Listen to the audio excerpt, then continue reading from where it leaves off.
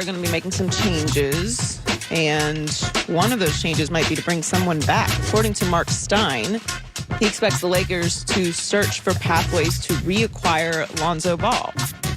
So he is 23 now. He'll be a restricted free agent this offseason. Obviously, he was drafted number 2 overall in 2017 and spent the first 2 seasons of his career with the Lakers before he was traded to New Orleans in the Anthony Davis trade. So he's entering his 5th season in the league. Still a kid. Yeah. I mean, he had in 55 games, he averaged 31.8, basically 32 minutes, 41.4 field goal percentage. Like, he's very consistent in a traditional point guard.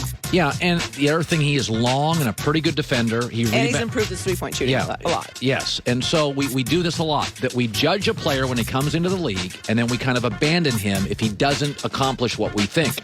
Lonzo Ball has gotten stronger. He's a better shooter. He's a little bit of a playmaker. And this is also, if you're a Laker fan, about Dennis Schroeder, who wants $120 million. Schroeder is a difficult personality. Lonzo and LeBron get along very well. I'm told by people around the NBA, Lonzo's a good hang. There's an old saying for guys. Is he a good hang? You're going to go to Vegas for a weekend. Is he a good hang? Lonzo's a good hang. Like, guys like him. He's a very unselfish player. He came into the league a little brittle and thin. He's not. He's ripped. And he's become a very nice, not elite, but a very nice three-point shooter. So for Laker fans, if you're not watching Pelican games, he's a better player. He's a thicker, better player who shoots better, and I think he's a playmaker. And this morning, if you told me you'd probably have to trade Kyle Kuzma for him, which I would be comfortable doing because I don't think LeBron and Kuzma play well together. I think Lonzo and LeBron would. Lonzo's always been a more mature player for his age, but his body didn't match the type of player that he needed to be. That's right. And he needed to improve his three-point shooting. And he's done all those things. You mentioned he's bigger, he's shooting better, and he is a great distributor. Yeah. So he doesn't have to learn the Lakers' culture or building or any of that. He's been there before he was drafted there. So I actually think this would be a good move for them. Yeah. And sometimes expectations change the reality for players. Yeah. You expected him to be something that he wasn't there at that moment and didn't fit what the team was doing at that moment, and now he does. By the way, he's a very long guard. He's a good rebounding guard. So AD's a good rebounder. You lose Dennis Schroeder's athletic ability. He's very dynamic, but Schroeder's a difficult player who wants to be paid a fortune, and he's not the kind of personality I think the Lakers. I just don't. I think Dennis is sort of he's his own guy, and I think LeBron's more comfortable. Like, there's a little Kyrie Irving to Schroeder's personality. He's going to do his own thing. LeBron tends to like a more collaborative effort. LeBron, you can be flawed with LeBron, J.R. Smith, but J.R. was one of the guys. Schroeder doesn't feel like that to me. He's kind of his own personality. So I don't think you need to be any of those things if you're working at the right number. But if you want to be paid what he's asking to be paid, then all those things are going to start to matter. Like star money. Yeah. So Ben Roethlisberger's 39 and entering what many people believe could be his final season in the NFL. And former Steelers head coach Bill Cowher said he thinks Big Ben is out to prove the doubters wrong this year. I'm sure he's just thriving right now on the fact that everyone thinks that he's done. The Steelers are done.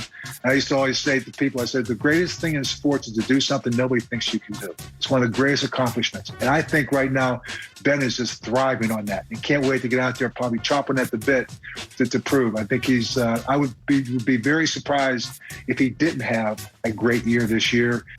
I think it's their worst O-line in years. And Joy, say what you want about Le'Veon Bell. This team has not run the football since Le'Veon Bell left. And I'm sorry, you cannot ask Ben to throw 50 times a game. He had a game last year, I think he threw over 60.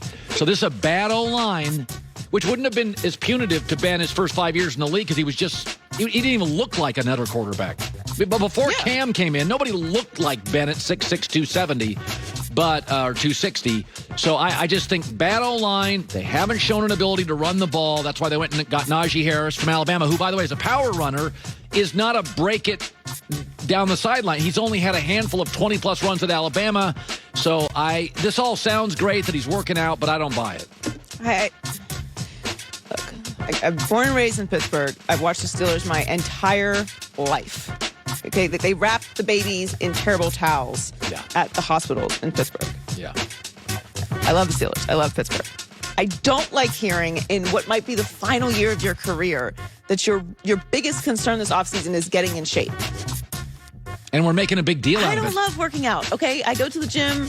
I sit on the little elliptical machine, okay? And I watch an episode of Breaking Bad, okay? Yeah. I'm not a gym warrior, all right? You stay in shape. You do some jogging. Yeah. If it was my job. That's what I do all day. That's what I would do. So I always find it to be like, what is this news? Like that you're in shape this year. Why is that supposed to be exciting to me? Isn't that what you're supposed to do? Now I understand some guys take it a little more seriously than others, but this is your job. Like I don't need you to post videos in the gym doing box jumps every day, but I don't also need to hear that this is like the year that you're really focused on working out. I that's just me. I don't know. This was what you're supposed to do. Right. So I don't know why that's news. Like that you're in the best shape of your life now. Why? Why am I supposed to be? I'm like the opposite. I'm the other side. Like I'm angry now. This is like what you've started to focus on. I just think the Steelers aren't built the way the Steelers need to win. There's a certain way you have to build your team to be successful, especially in that division. They haven't had a running game. They've been patchwork on the offensive line. They've been asking Ben to throw a million times. None of this is what the Steelers do. This is not what you do. Yeah. So they've completely lost their identity as far as how they build their team. And I really feel like the Super Bowl window closed on this current situation.